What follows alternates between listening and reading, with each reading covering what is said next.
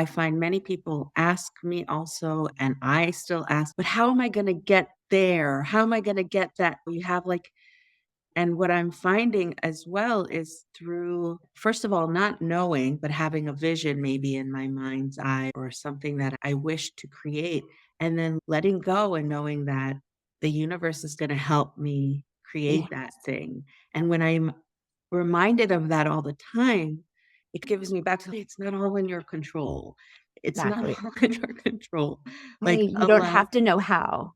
you don't Yeah. have to know how. Hi, everyone, and welcome to this week's episode of the Messages from Beyond. I'm your host, Orly Alteras. Join me as we decipher signs, synchronicity, and the language of spirit. Let's begin. Hi, Andrea. Hi, Orly. Good to see you. Good to see you too. I'm so excited to have you on the podcast today. I'm truly excited because just to share a little bit, we just met recently through a program that we're in together, which is Kathy Heller's program. Mhm. And for me, what's interesting is that she's created a container where we're able to meet each other, work together. But I don't even know if I try to go back and remember how it is I found you or how it is that I like saw you pop up somewhere. And I Mhm. think that's like the magic of Uh-huh. synchronicity where I was like, okay, yes, I was pushed into this, I was led into this container, but you popped up into my world. Um, Amazing. I love that. I know, and I love that you trusted that moment of me lighting up for you. That's how I always say it is, "Ooh, that person lit up for me," as if they have a neon sign around them. And then when we follow that, we just get curious. Okay, am I supposed to know that person? What do we have for each other? totally. And I'm still in that awe. I'm like, I know you have so much for me to learn from. I don't know if you've read The Celestine Prophecy. Oh my Um, god, it's been like 30 years since I've read that book. so I just read it recently again. My husband gave it to me as a gift, and I was like, Mm, oh my God, every word in this book is now making sense because I think I've also yeah. been more living in that place of magic. So I want to start with you because I think that this is something that guides you in your life, if I'm not mistaken. Yes, Um, absolutely. We'll share a little bit about your background too. I'd love to hear your story and journey. But I will say that you talk about the transformative power of creativity Mhm, as well as remembering the magic. And mhm, so I think that for you, from my understanding, when you talk about creativity, there's something in there mhm. that in doing something there that brings about like your for me it's perhaps like bringing in the insight, something from above Mm. that comes in that allows you to flow in this Yeah. energetic place. So if you Yeah, could I speak a think little bit about that. yeah, I started as an artist, and when I say started, like, as a small child, I was always drawing and painting and writing stories, and I really trained myself as an artist as a kid, and it was a lot about self-soothing and, like, soothing my nervous system. I can see that now, and I still do that. A lot of the art making that I do is about soothing my nervous system. Mhm. And but what I was also doing that maybe I didn't realize was that I was growing certain muscles in me. So I was growing the muscle that's like staying open and staying curious, staying with it, not quitting. So if anyone out there or yourself, if anyone's ever made a piece of art or done a painting, it's like you can't quit when it doesn't look good because you'll never finish anything. So you have to be able to tolerate the discomfort of being in a process and things being messy. Yeah.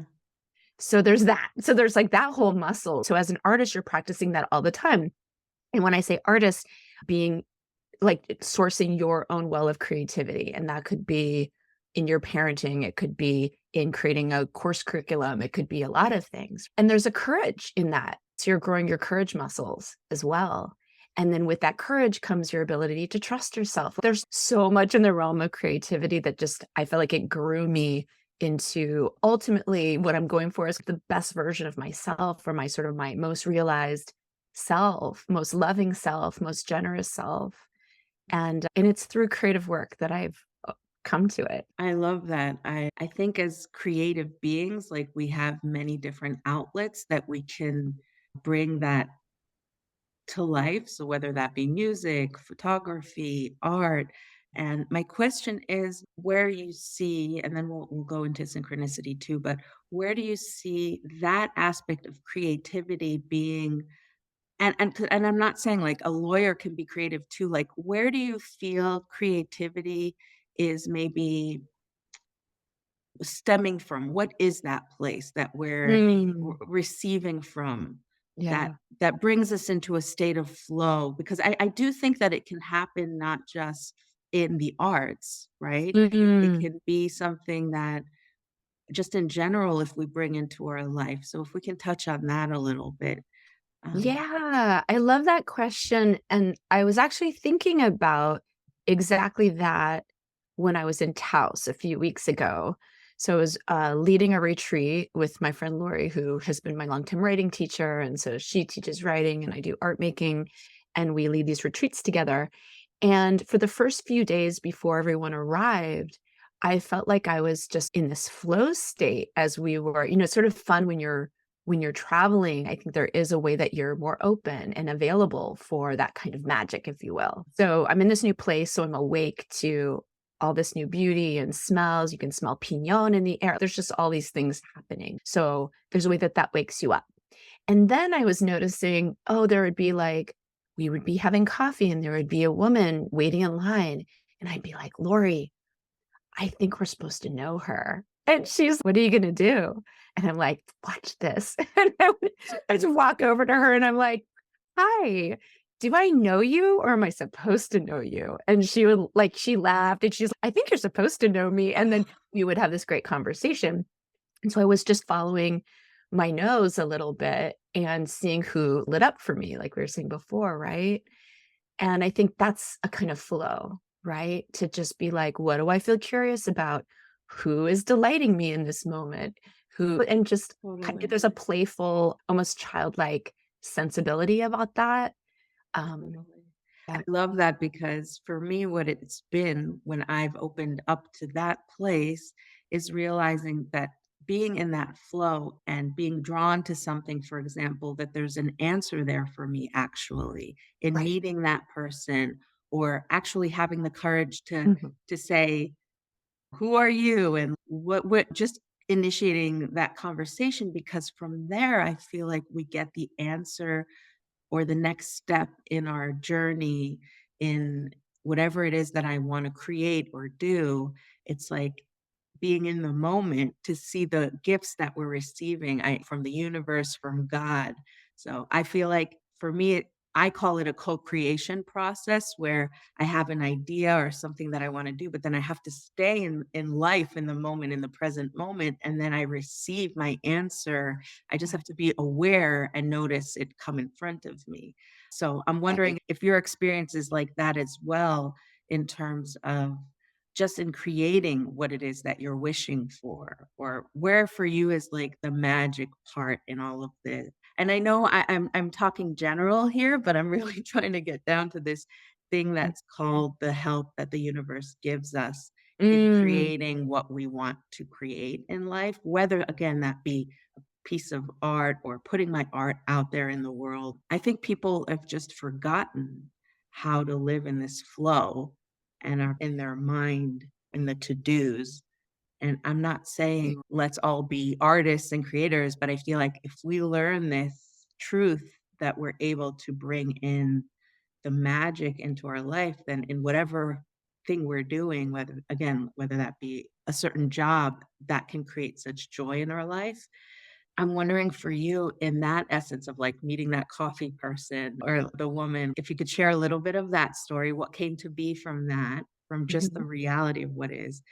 And also, if you could talk about what, for me, this is what's called synchronicity as well. So, what Yeah. for you synchronicity is? What is that thing we're talking about? Synchronicity to me, okay, so first there's a way that I move through the world, which is it's like a big treasure hunt. If the Okay. world is a treasure hunt, I'm following the clues and the breadcrumbs, right? When I'm feeling good, when I'm not in survival mode, when I'm not in deep anxiety, it's harder to do what we're talking about when although, no, sometimes I feel actually, I take that back. Sometimes when I'm feeling the most broken open and the most porous, that's when these messages tend to find me and they get it's more Mm, clear actually. Okay, but in this sense of like life as a treasure hunt, I feel like there is a sort of dance or conversation I'm having with the universe. And I'm saying, hey, I want to call in a partner this year. That's something I want to call in. And or I would love to grow my business. Who do I need to meet? That kind of thing. So then I'm awake. I'm literally at the coffee shop. Is it her? Is it her? And then with this particular woman at the coffee shop, I think my friend Lori was the one who actually connected with her later. She had stayed in New Mexico for a few more weeks, and I think they met up. And this woman is into the sacred feminine and is doing all this stuff. And like, I think it may have been for her that we connected. But I do feel like I have a channel of communication that mm, is open and available to me mm. that I forget sometimes to utilize. And when I do ask, "Hey, I need help. Hey, I need guidance. Hey, I need you to show me something," then the other synchronicity that happened that very morning at the coffee shop, when I was in line inside the coffee shop, there was a dog named Nico, and I thought, "Oh, that's a cute name for a dog. I have a son named Nico." And I thought, "Oh, that's so funny. I've never met a dog named Nico." And then a couple of hours later, I met another dog named Ben, and that's my other son's name. And I'm like, Wow. yeah, so I Wow. thought, "Okay, when do you meet dogs named Ben and Nico?" And Wow. those happen to be my son's names. So I felt like that for me was like, "Oh, this is we've got you, sister. You're You're on in the the right right track." place at the right time. Yeah, and I think it related to the work that you do as a medium. I'm not a medium, but I've talked to many of them, and I just firmly believe that we have so much more access to the other side than maybe we want to believe or have been taught to believe. And that has been a huge source of comfort and guidance for me.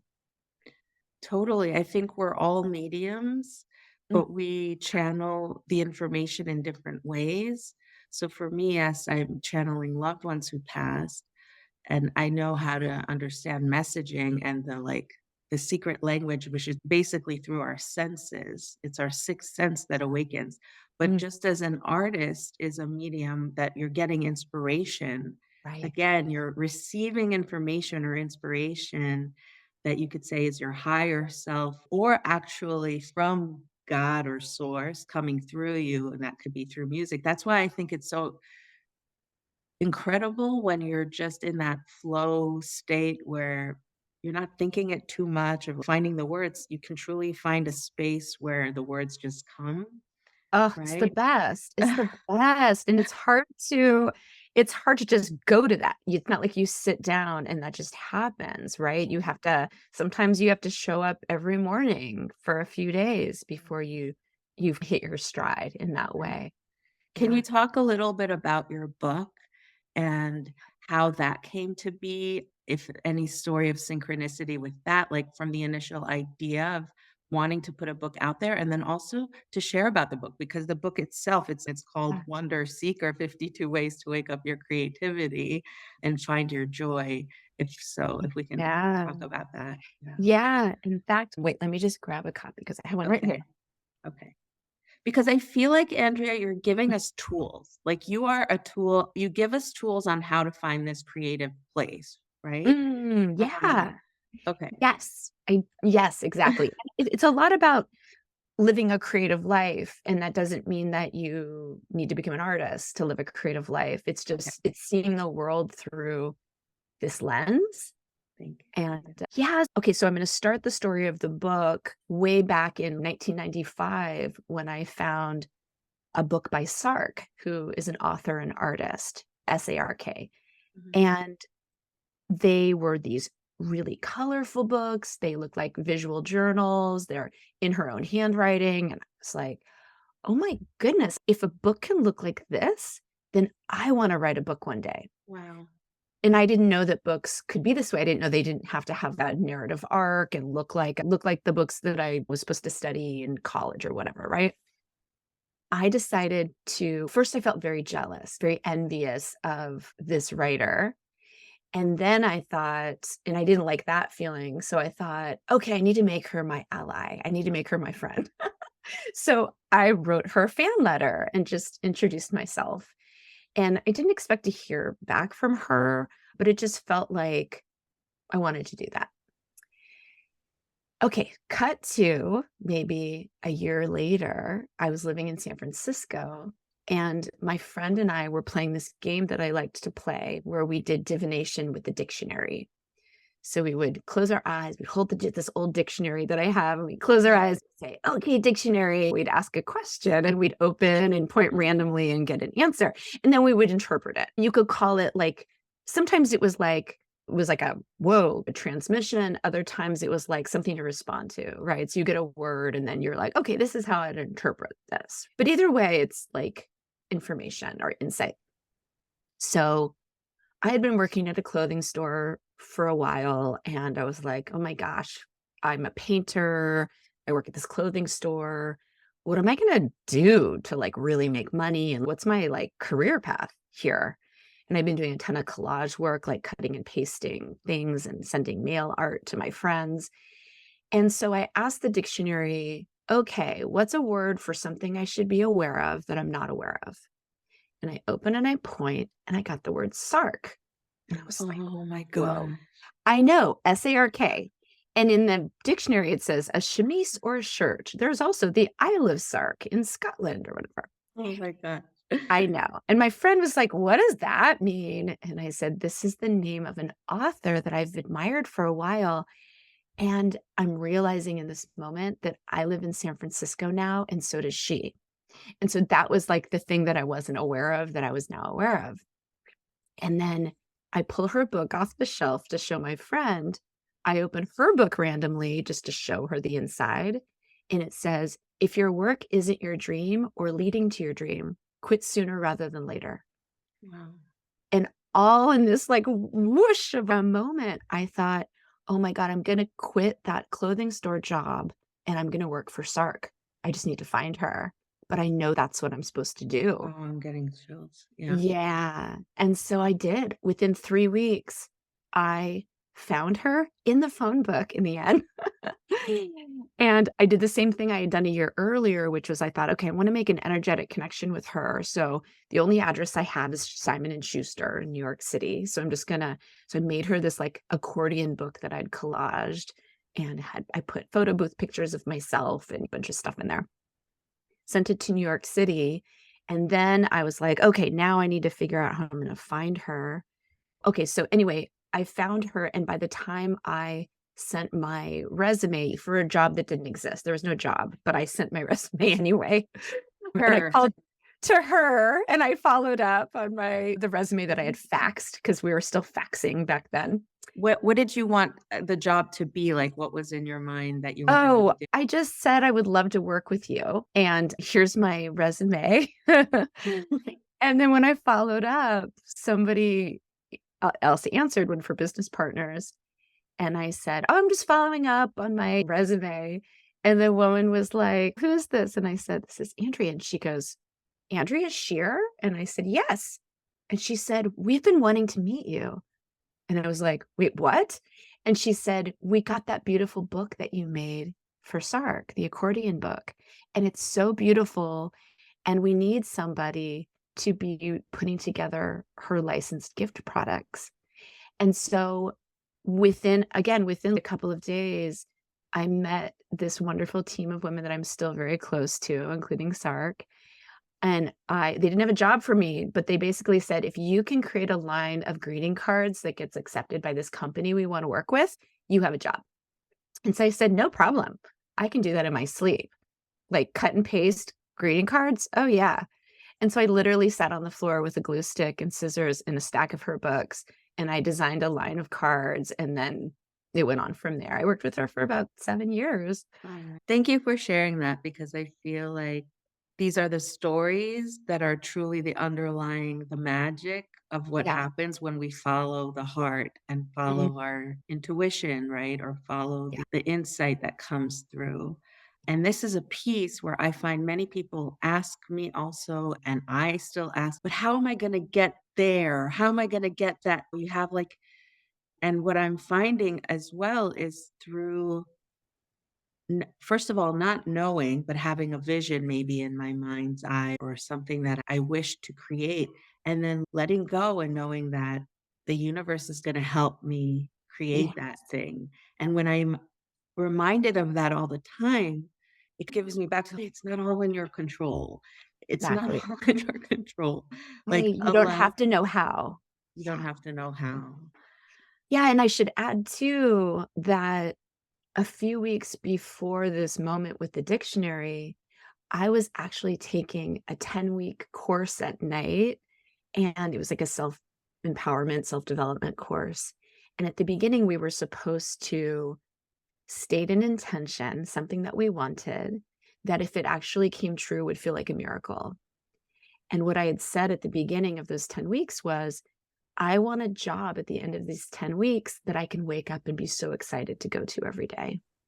And I didn't know what that job would be. I didn't know what I was qualified for. I didn't know how I would get it. But all of these things were, I think, a direct result of that intention. And can you share how you stay, like, in that trust? Or because it feels like for me, like you were saying in the beginning, so now it's tying to our the beginning. It's like a muscle.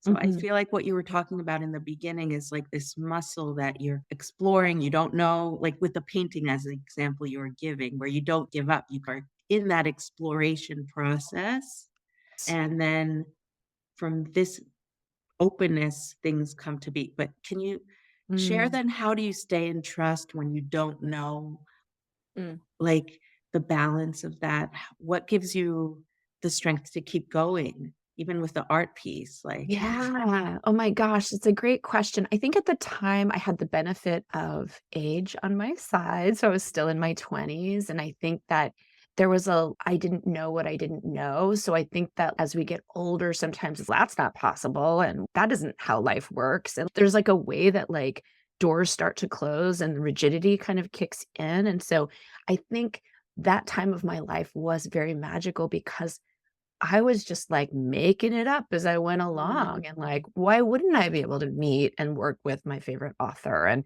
"Oh my god, mhm. she lives in San Francisco. That means it's meant to be." And it was meant to be. So, yeah, it's I was literally speaking my world into existence at that time, and there are times when I wanna borrow that girl and be like, "Can you just come hang out with me again for a while? Because I've lost some of that." Yeah, Right? yeah. Now I'm in my 50s and, like, my life looks different, and I don't feel like I have as much access to her. However, like I said a few weeks ago, I was in Taos and I was like, "Okay, that girl woke up again." And I think it was from being somewhere new, and I don't know, I think what I was saying about survival mode earlier is that there have been seasons in my life where I was just trying to get by and wake up in the morning, and I think it's hard to live in such a buoyant, like, lighthearted, trusting the universe, trusting my next intuition when I'm tight and wound up and anxious and really worried and concerned about my well-being or my family's well-being. I just wanna say that because, I don't want anyone to feel shamed when they're not in that place. And then my Uh, question is, how do we get back to that place when we're right. feeling I have my own tools. The Mhm. reason I'm asking is because Yeah. I have my way of seeing things. I do believe that, yes, we have the things that maybe the truths, my truths, your truths, Yeah. that we can bring together as the tools ultimately. And so I'm not so much sharing here I'd gladly, but I truly want to hear what has helped you stay in that. Again, I'm talking about, I call it like this flow state or being trusting of the Mhm. universe, especially in those times, because Yeah. for me, I found that sometimes when I'm overwhelmed, I'll just give my one example that when Mhm. I actually stop, I say, "Orly, stop, you're not go for a walk."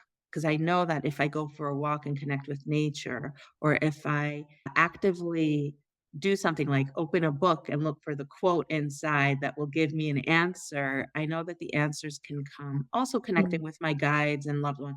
But I know that I have those resources available now for me to pay attention and notice when I'm down that Yeah. spiraling down. It could also be ego thoughts, right? And ego narrative, that's, "You can't do this, it's not good," like, in Yeah. the overdoing. What are some things that you have found that help Mhm. you? Because I feel like this flow state is just such a wondrous energy to be in, and I wanna Mhm. be there all the time because all this magic happens. Yeah. Okay. So I love this question. So I think one way that I interpret this question is like, how do we keep our vibe high? How Right. do we keep our energy, yeah, our vibration high and not swirling down these rabbit holes of self limiting beliefs and a part of it is what am I feeding myself in the form of who am I feeding myself? What am I listening Mhm, to? Who am I mhm. hanging out with? There's a way that this year I've been in a kind of gigantic experiment of who's in my ear. And I decided, so at the beginning of that program that we were in together, oh, no, wait, that was a different one. Anyway, I took a program in May with this Kathy Hetler person that we mentioned before.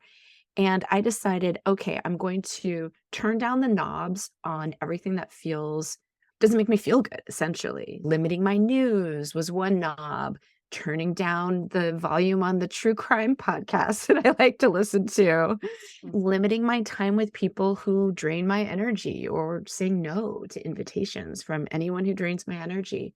So it's turning down those knobs and then turning up the knobs on everything that feels great. And that could be taking walks, like you say. It could be listening to my favorite podcasts that always inspire me. I go to the dog park almost every night, even though I don't have a dog, because Mhm. dogs get me into that yummy state instantly. Like I'm instantly Yeah. happy, instantly in the love vibration when I'm with dogs.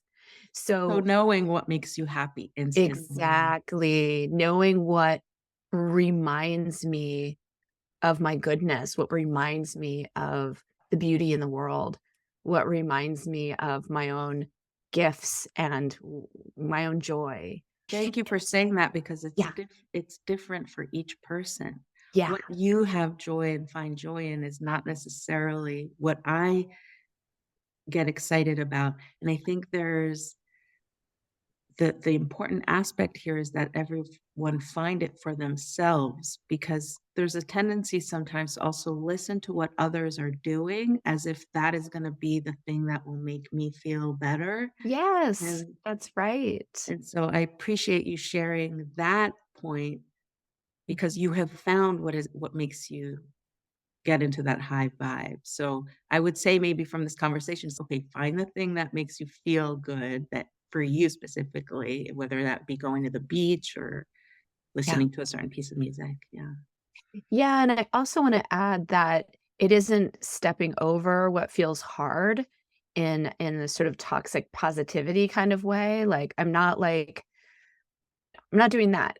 When things feel hard, Mhm. there's a way I have practices around that, how I have learned to put my hand on my heart and be really self-compassionate, Mm. and I've learned to just name when those things are happening. Wow, okay, this hurts.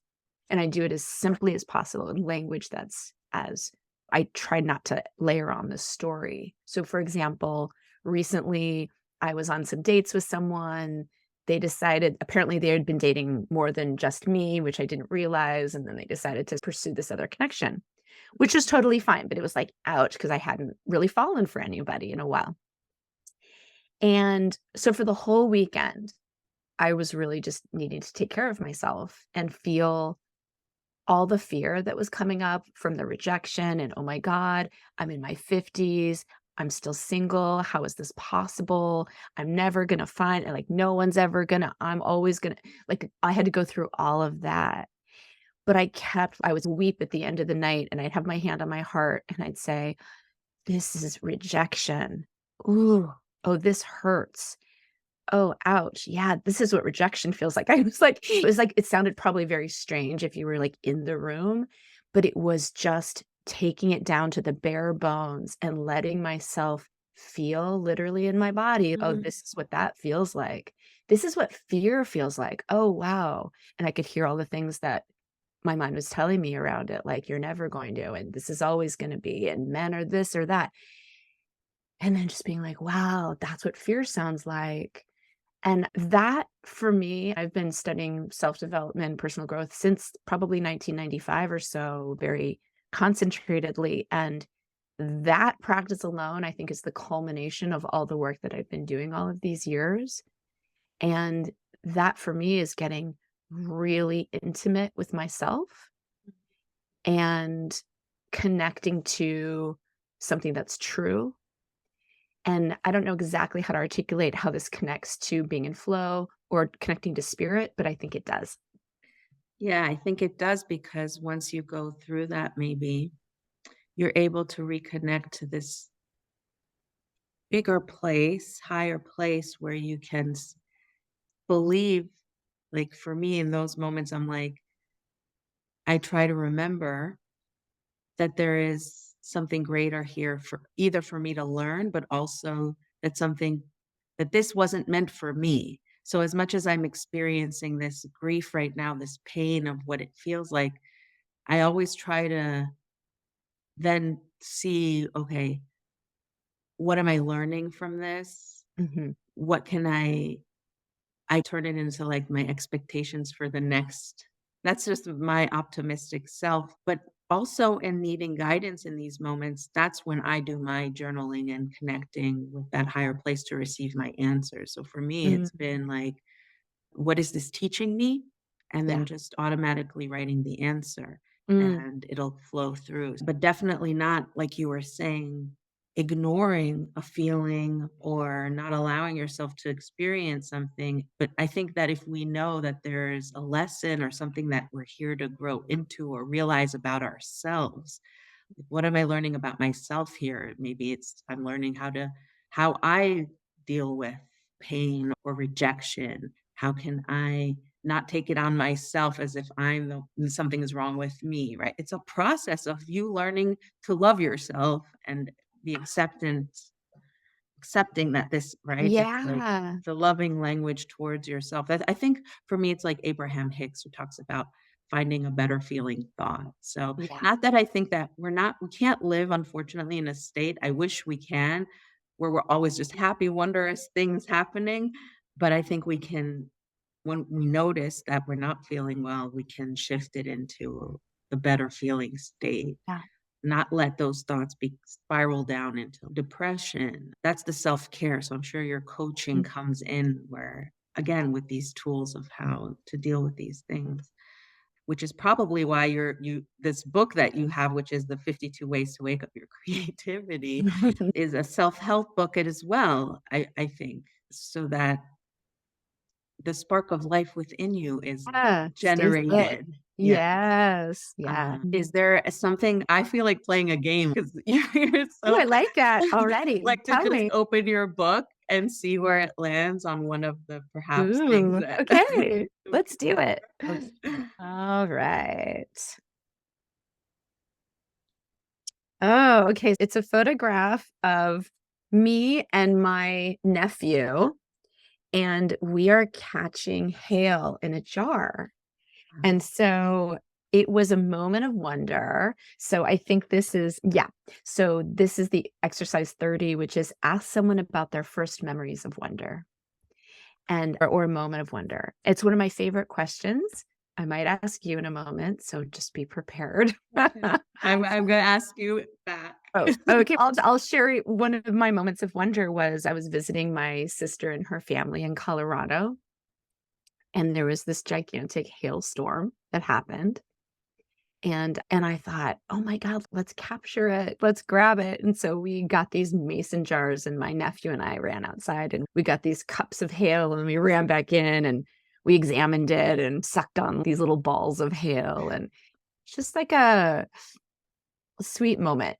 Yeah, moment of wonder. How about you? Yeah, What comes to I mind for love you? that because I'll just share in this moment how that is a wondrous moment of Mm, you picking that because we're talking about those moments in the everyday that are wondrous that yeah. either give us the answer. So it's funny we're talking about synchronicity and that's the page you opened up on, right? So Mm, this is part of the magic of finding the wonder in everything because not because of any, but in those moments, A, we're living in joy and happiness, but we're also experiencing receiving information in those moments for us.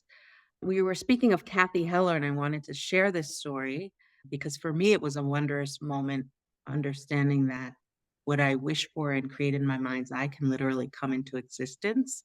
And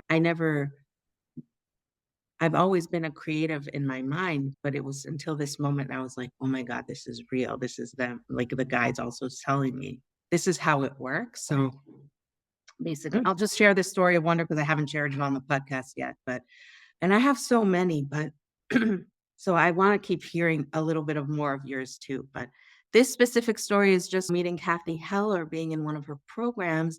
She had mentioned, speaking of synchronicity, how when she was creating her podcast, she went to this podcasting event where all these podcasters were coming together, and the head of Apple was apparently there. I don't know if you know this story, Andrea. Okay, so Uh, I hope I'm sharing this correctly, and Kathy, but the head of Apple was apparently there to try and listen, and it was like a mingling event of seeing all these people, podcasters, and it was all mingling, and everyone was all excited, and Kathy was there, and she was like, "Oh, this energy doesn't feel so right. Everyone's trying to get to know him." And so she went into the hotel next door to just relax from, and she sat at the bar and she was just getting a drink or whatever. And again, I don't know that this is how I remember yeah. it.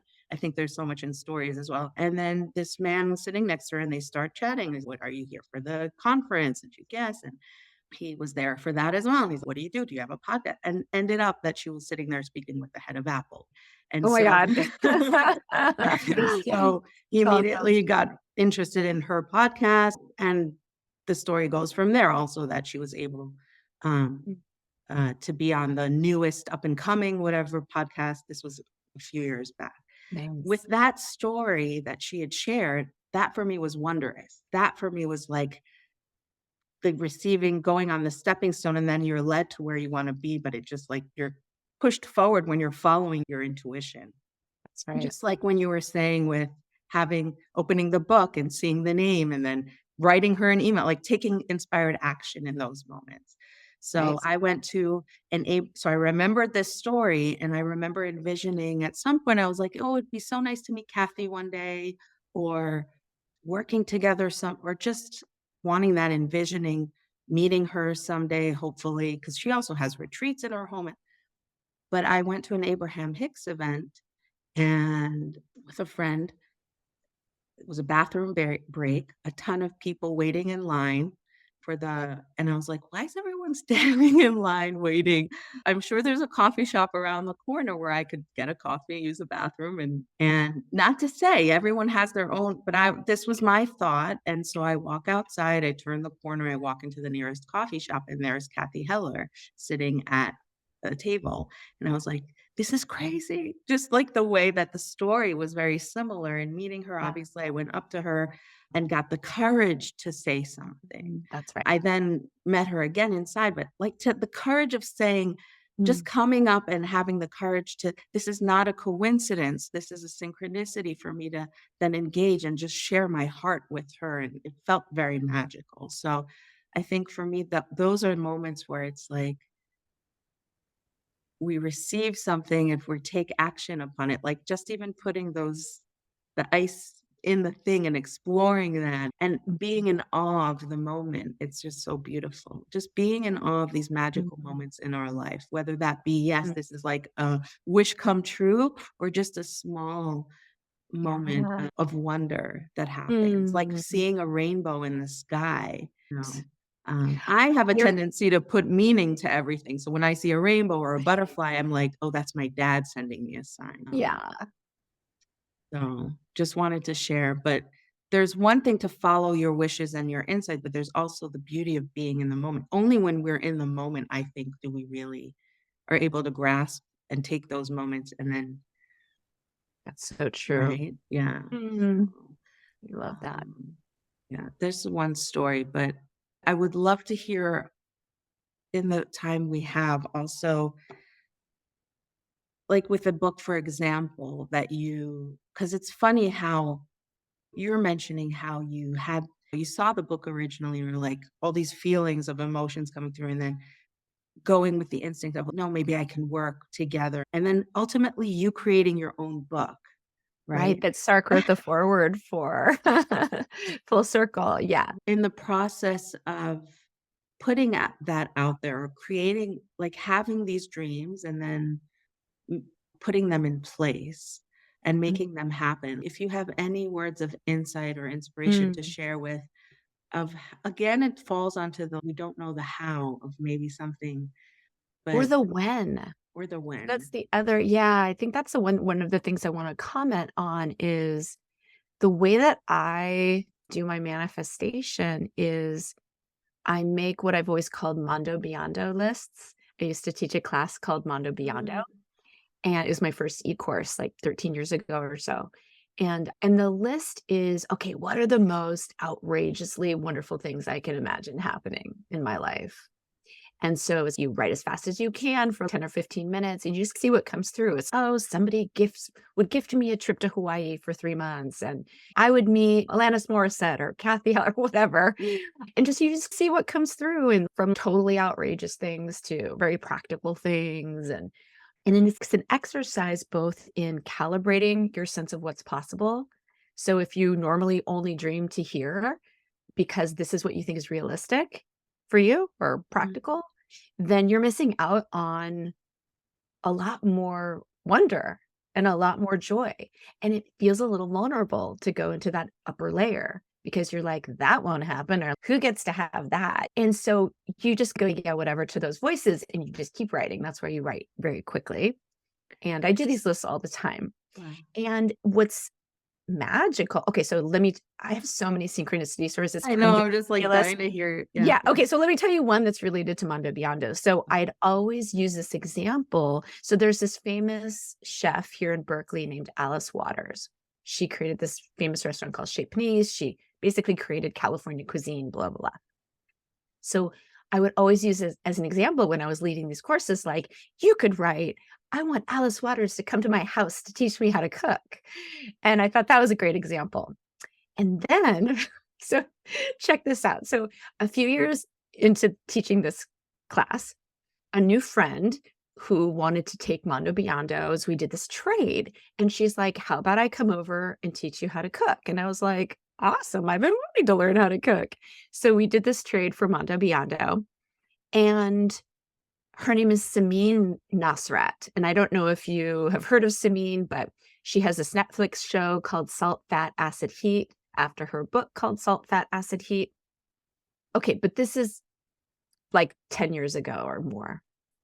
She is in my house teaching me how to cook.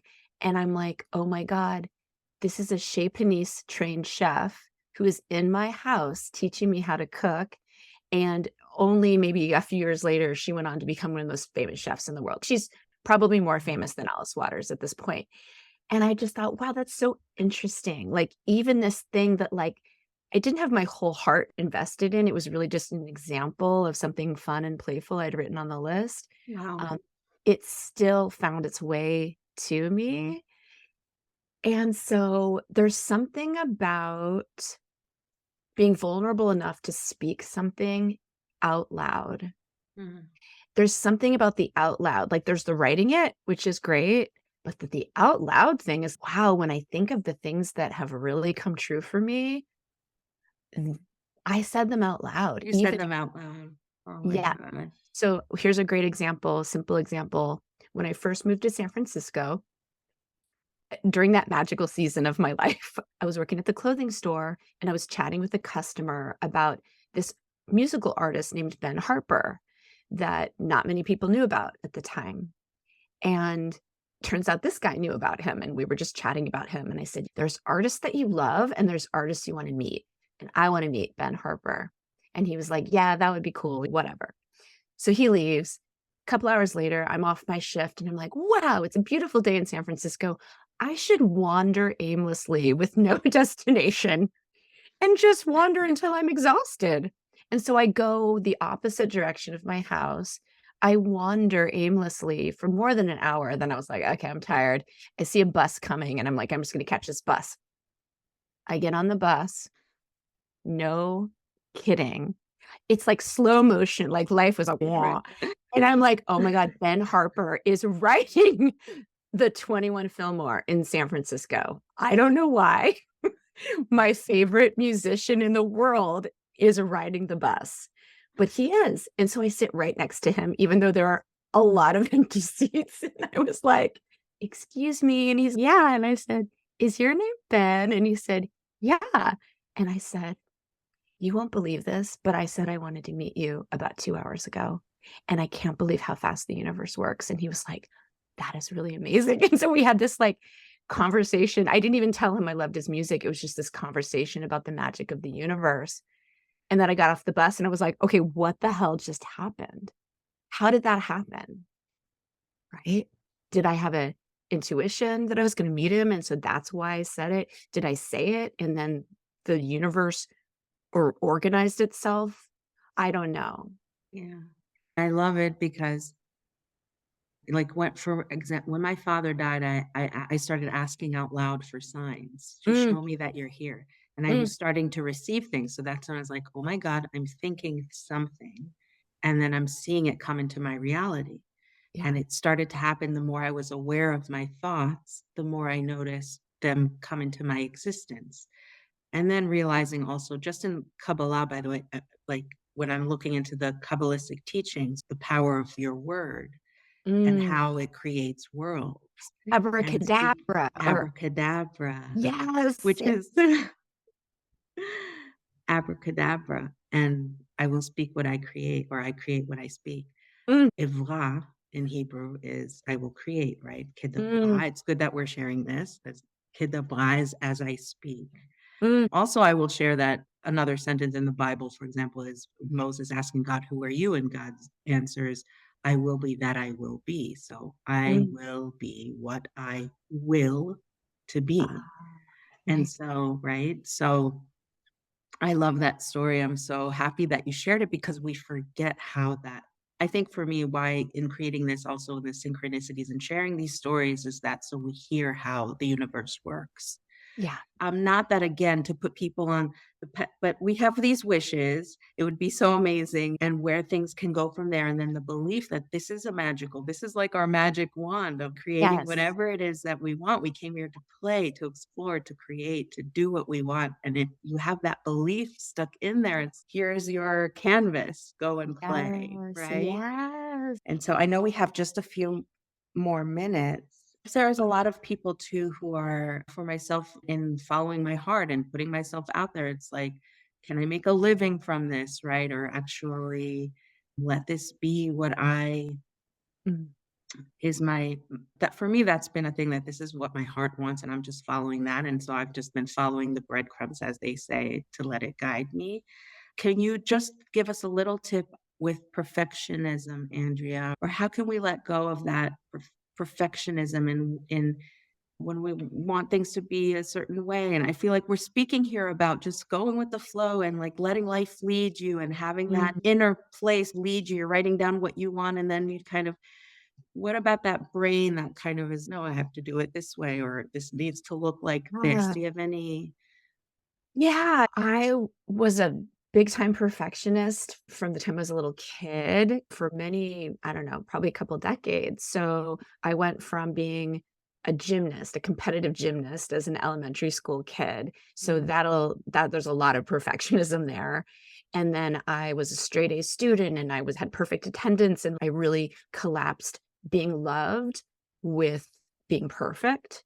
And so there was a lot yeah. of unlearning and healing I needed to do around my own worthiness, my own lovability, my own, yeah, how I had intertwined those things. If I make a mistake, then I won't be loved. Or if I say the wrong thing, or if there's still a lot of that in me. Oh my gosh, I can't believe I have a podcast because for so long I was so afraid of what might come out of my mouth. Would it hurt someone's feelings? Would it be the wrong thing? Would someone tell me that I was wrong? All that. And it was really through art making I started to trust my voice and trust my own stories, and there's, like, a whole story there, a whole thread, but I started realizing that after many years of coaching people, that people who tend toward perfectionism They're usually really excellent at what they do, and if they just calibrate back to good enough and they shoot for good enough, it's still, like, really good. Um, So that's my little hack is, okay, if you tend toward perfectionism, you're probably have a really high standard of excellence, and that's cool. Like, you don't need to let go of that.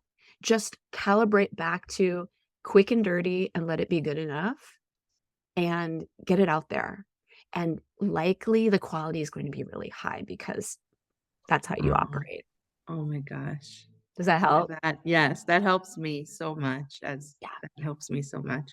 Okay, let me just think for a second because I you have so much, Aw, also years of experience, I do wanna say, and, like, where is your focus now, Andrea? And what are you offering now? I'd love to hear because you are yeah. a multi-passionate, you're a creator, you do photography, you have art, you create retreats, and I just wanna, like, and this is just so beautiful to say that, like we were saying, it's like a playing field. So, where is your passion now? What is your passion Mhm. now, and what are your offerings now?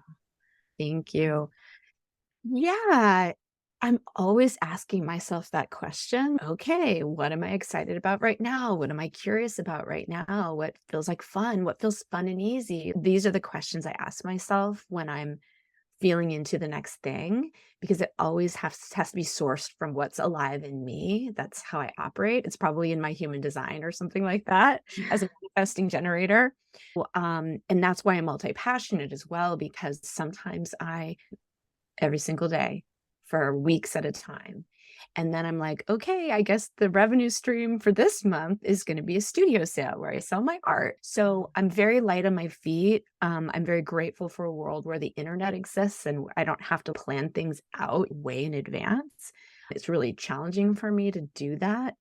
And what I'm loving the most right now is being with women. I'm loving coaching women. I have Zoom circles with women.